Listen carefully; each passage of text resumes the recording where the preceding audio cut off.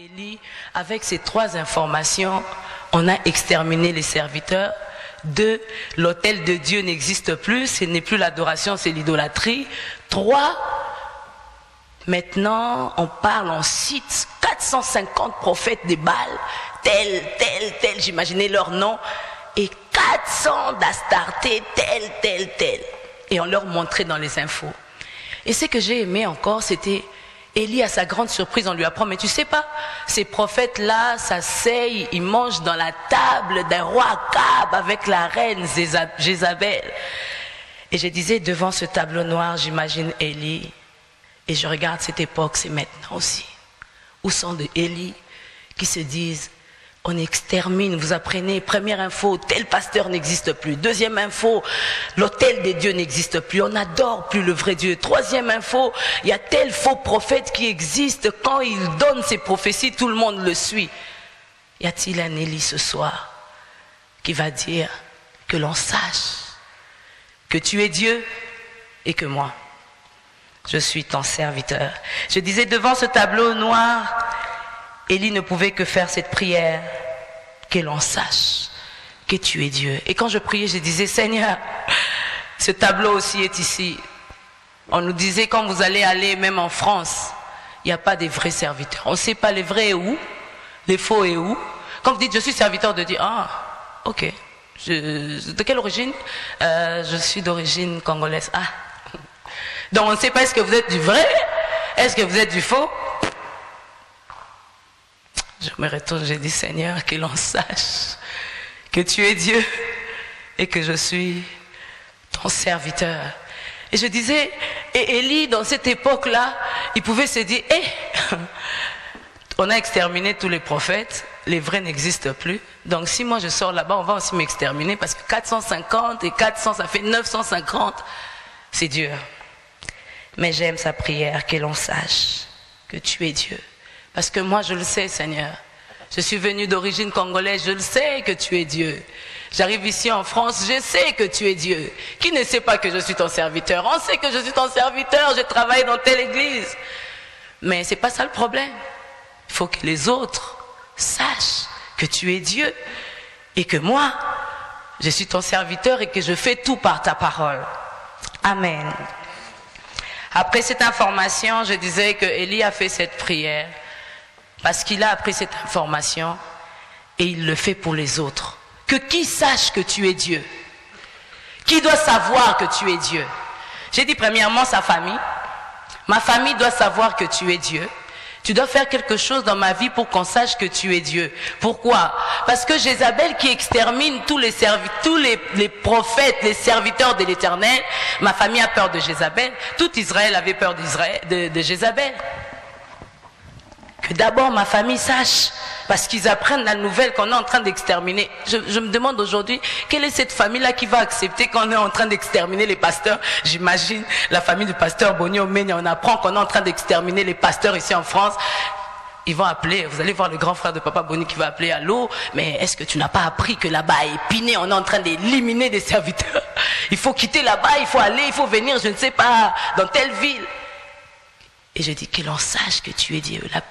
Les premières personnes qui doivent savoir que tu es Dieu, que je suis ton serviteur, qui ne puissent pas avoir peur de Jézabel, ma famille. Quand tu es dans cette retraite, tu dis, Seigneur, que l'on sache que tu es Dieu. Ma famille doit savoir que tu es mon Dieu et que je suis ton serviteur. Qu'ils n'aient pas peur, même si Jézabel extermine le prophète. Deuxième personne, je disais, le peuple. Le peuple doit savoir que tu es Dieu. Il demande dans le chapitre, toujours dans ce chapitre 18, et le verset 21, si nous pouvons lire, Élie demande au peuple. Le verset 21, chapitre 18. Alors Élie s'approcha de tout le peuple et dit, jusque à quand clocherez-vous de deux côtés? Si l'Éternel est Dieu, allez après lui. Si c'est Baal, allez après lui. Et la Bible dit, le peuple ne lui répondit rien. Élie attendait une réponse quand même.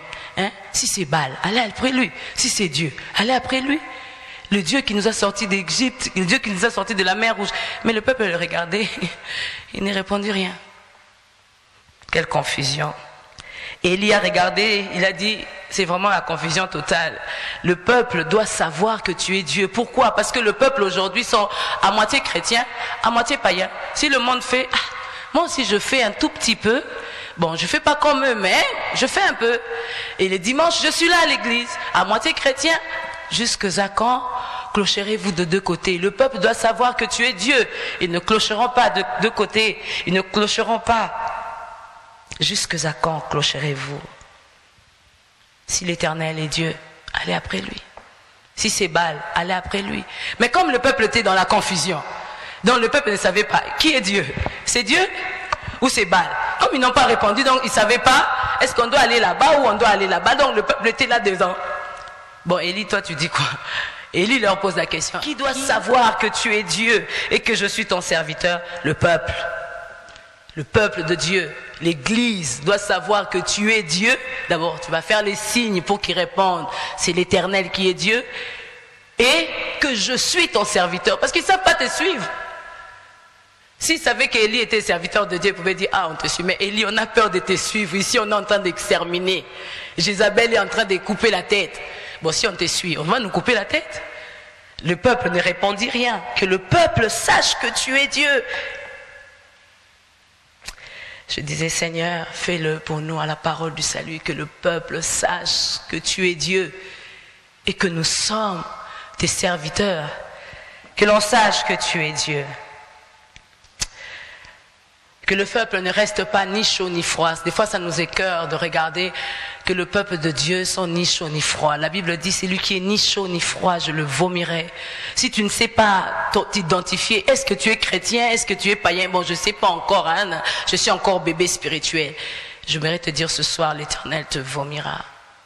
Si tu sais être ni chaud ni froid, que le peuple sache que tu es Dieu et que je suis ton serviteur. Je vois encore le peuple qui regardait le miracle de la fournaise ardente quand on met Shadrach, Meshach, Abednego. Ils sont serviteurs de l'Éternel, ok, la fournaise ardente.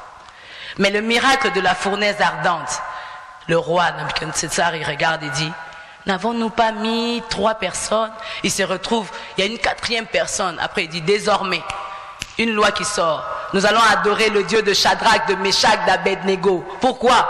Parce qu'il a vu un miracle, il a dit l'Éternel est Dieu. Le feu ne les a pas consumés. Amen. Que le peuple sache que tu es Dieu, afin que l'autel soit rebâti. C'est cela ma prière. Je disais en sortant de cette retraite, que l'on sache que tu es Dieu. Qui doit savoir que tu es Dieu? J'ai dit l'ennemi aussi. 3e personne qui doit savoir que tu es Dieu. Mon ennemi. C'est lui qui me combat là. Quand il est en train de me combattre la nuit ou la journée, il doit savoir que tu es Dieu. Le diable, ses acolytes, les démons, les Jézabel doivent savoir que tu es Dieu. Ceux qui doivent savoir que tu es Dieu, mon ennemi, doit savoir que tu es Dieu. J'aimais cela, je disais, l'existence de faux emmenait la confusion parmi le peuple. L'existence du faux Dieu, des faux prophètes a emmené la confusion dans le cœur du peuple. Le peuple ne savait plus qui on doit suivre. J'ai dit, Seigneur, c'est vrai qu'il y a l'existence de faux prophètes, de faux serviteurs, des faux dieux. Je ne sais pas pour nos enfants aujourd'hui, mais pour nous qui venons du Congo, on a entendu des faux dieux. Mukuna est Dieu. Kadima est Dieu, merci. On parlait des Balembongue est Dieu et les gens allaient l'adorer. Il y avait une foule qui l'adorait et il y avait des serviteurs des Balembongue, des Astarté et des Baal. Oh Seigneur, c'est l'existence du faux qui fait naufrage. Mais ce que j'ai aimé, j'ai dit Seigneur, que mes ennemis sachent que tu es Dieu. Et ce qui s'est passé, j'aime ça, j'appelle cela le combat, le ring de 1 Roi 18. Nous allons lire comme ça, ça va nous aider à comprendre. Le ring, le combat qui s'est passé, j'appelle ça dans le terrain de Mont-Carmel, 1 Roi 18. Il a convoqué le ring de 1 Roi 18 jusqu'à 24, que l'on sache que tu es Dieu, mais par confrontation. Il ne faut pas que je crie, venez, Paris, venez, parole du salut, venez, ma famille, Lumande, venez, l'Éternel est Dieu. Non, ring, confrontation avec l'ennemi. Comme ça, l'ennemi va savoir que tu es Dieu, ma famille va savoir que tu es Dieu, le peuple va savoir que tu es Dieu. On dit Amen. Il ne faut pas que nous ayons peur de l'ennemi. Il faut qu'il y ait un combat, qu'il y ait une lutte.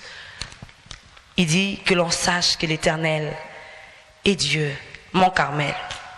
Le Dieu qui répondra par le feu, c'est celui-là qui sera Dieu. Et j'aime le verset 27 quand il commence à mettre tout ce qu'il faut, tout le nécessaire pour que le feu tombe.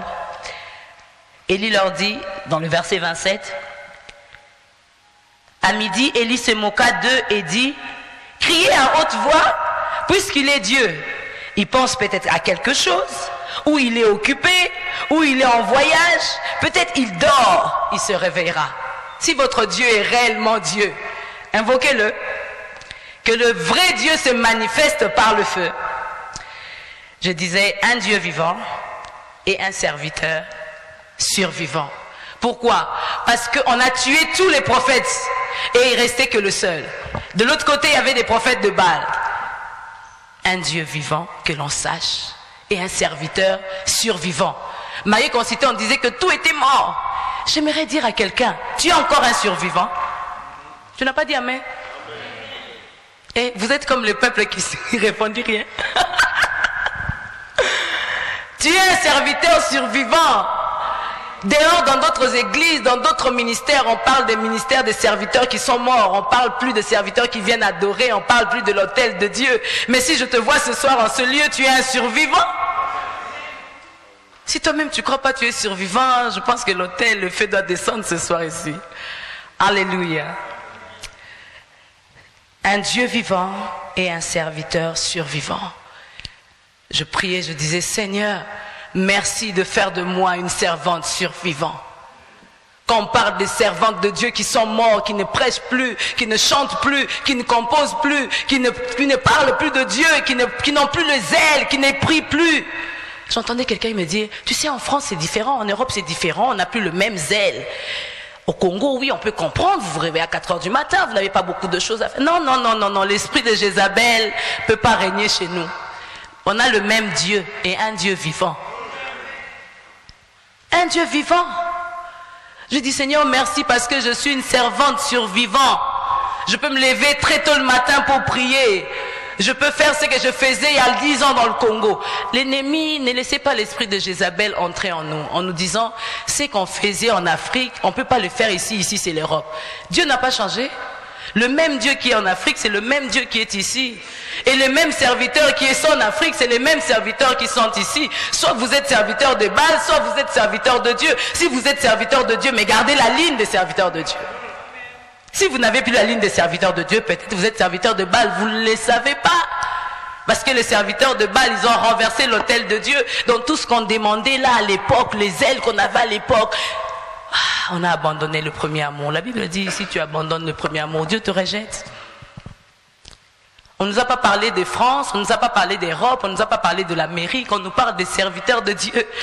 J'ai dit, je suis un survivant. Quand on parle des servantes de Dieu qui sont mortes, on parle des serviteurs de Dieu qui sont morts au Congo, qui sont morts en Europe, qui sont morts en Amérique, qui sont morts dans le continent, je suis un survivant.